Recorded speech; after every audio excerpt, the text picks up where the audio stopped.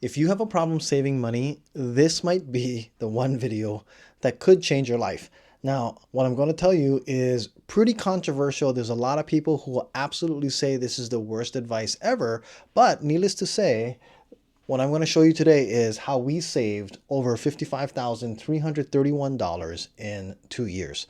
And this is not something that I would say I highly recommend everybody do, but it is something that we did in order for us to do it. Our goal was to hit 60,000 in 2 years so that we could buy a home. And over the 2 year period, the housing prices have not come down yet, so we're still saving up. But what we decided to do is we're going to take a leap of faith, and we're taking that $55,000 and we're going to be living on that for the next 6 months while I lay a foundation for a new YouTube channel for a new source of income. The goal is ideally to go ahead and make it accelerate. But that being said, how did we save this kind of money? Well, it wasn't, I guess, too hard.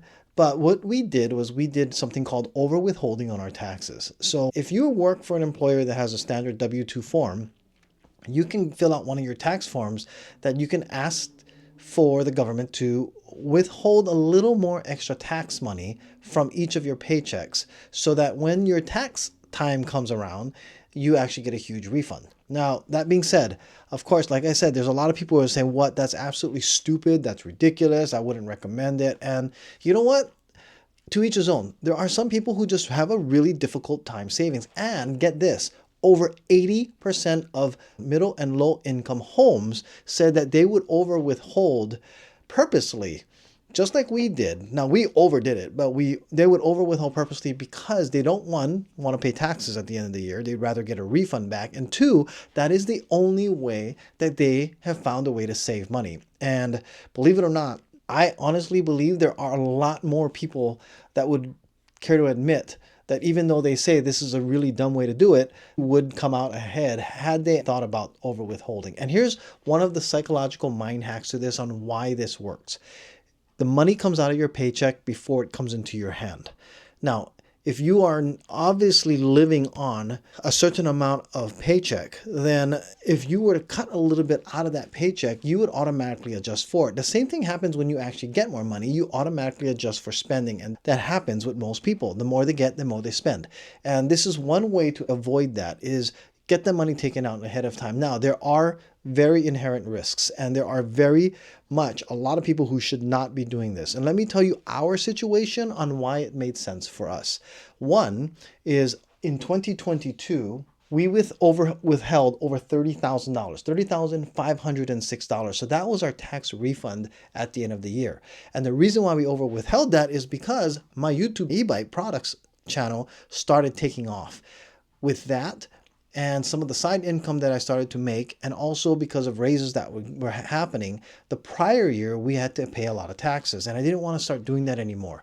In fact, we were trying to adjust it because our CPA from before told us we should always try to make our withholdings perfectly line up so that we don't pay anything and we don't get back anything, because that's the way you're maximizing your money. Makes total sense. That's like brilliant. Okay, that's the way you want to do it. If you can line it up, they would give you recommendations how much you should withhold. Now, we had a lot of real estate back then.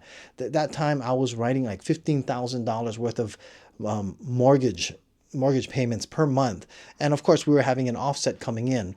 And what was happening is I wasn't keeping track of how much we should be withholding for taxes. So what she said is just over withhold on your paychecks, because that way it'll offset for any taxes. And that's where we started figuring out, okay, anytime that we're going to have an influx of money coming in, then that's not from our paychecks, then let's go ahead and withhold it in advance. So that way it'll offset any of our side income that's coming. So I optimistically thinking that my YouTube channel was going to really take off, and I started a website from ebikeproducts.com. We're selling some accessories. I bought about $20,000 worth of inventory that was made branded for the e-bike products, and we started selling that as well, and things were kind of rolling around. I'm thinking, okay, if we make an extra maybe $100,000, because if the channel really takes off and my sales start taking off, then if I'm a 25% tax bracket or so, then we should increase our withholdings so that we could get to about a $25,000 balance out. And well, lo and behold, the channel did not do that well. The sales did not go that well. And we did have a lot of tax write-offs because my computers, my camera equipment, everything that I was doing to build that channel up, all of my expenses were all write-offs. And it ended up that we had actually a loss for the business with all of the expenses that had to go into that first year. So what ended up happening, we had this huge refund. Now, again, we are planning to buy a house, so we needed a down payment. For those of you who are not familiar, we're recovering from a huge loss. Right now, my wife and I are renters. We used to have, I think, up to 6 properties at one point, and they were all cash flowing, and sold a few off along the way, and then dumped the money into a huge other investment, still in real estate, and got completely wiped out in the 2008 to 2010 crash. And during that wipeout, we lost our primary home, and we no longer own any properties, and we've been renting for the last 12 years or so. So that is we are in our recovery, and all of our credit has finally been repaired. We're in the, I don't know, 830 range of our credit scores, and our income was pretty decent. We have no debt whatsoever at all. And we have not been in debt for years now. So we were able to go ahead and really start up everything else to maximize our withholding this way. By withholding these funds, one thing, as much as I preach that we do not want to have any debt whatsoever, we also are not really the best at savings. We're very generous. My wife works for a nonprofit that rescues children from human trafficking, and she's been working there for about 14, 15 years now. So it's been a long time that she's there. Does not get paid very well, because it's for the kids. We've just been blessed in our finances and everything all the way around. Yes, the loss that we took hit us hard, but we've come back around. I've had a good salary. Our websites have done well in the past. Our side ventures have all done well in the past. And then in 2023, we had another over withholding of 24,826, which equals this 55,331. Now, I know it equals 332 for those of you who are math, but that's the way I could put over 331, because that is the total withholding that we actually ended up having for the last 2 years that has been put aside. Now, what we did when we first got this 30,000, we were thinking and considering actually me launching my channel at that time. And when we first got that, we thought, let's go ahead and do it. We can build some momentum now. And just through different circumstances, it decided that we're going to go ahead and stay where I was at working. I cut my days to 4 days a week. By the way, I'm going to talk about working 4 days a week because that changes your world. If you can ever do that and you can afford to do that, I highly recommend it. Mental health, everything else going, and side ventures, all that set aside, it can really do a lot for you. With that being said, now I cut my salary back because I took 1 day less. And then, of course, we did a lineup for me to finally leave. And we are now living off of this. Of course, the YouTube channel from the e-bike products is still actually bringing in some income. My wife still has her income. We have no debt. The 2 cars are completely paid off. And we paid off both of them within months after buying them. There's a whole financing trip that we did along the way. But in the meantime, I just want to say that if you have a problem in saving money, and of course, like I said, there's a lot of people who say this is controversial, and it depends on your situation.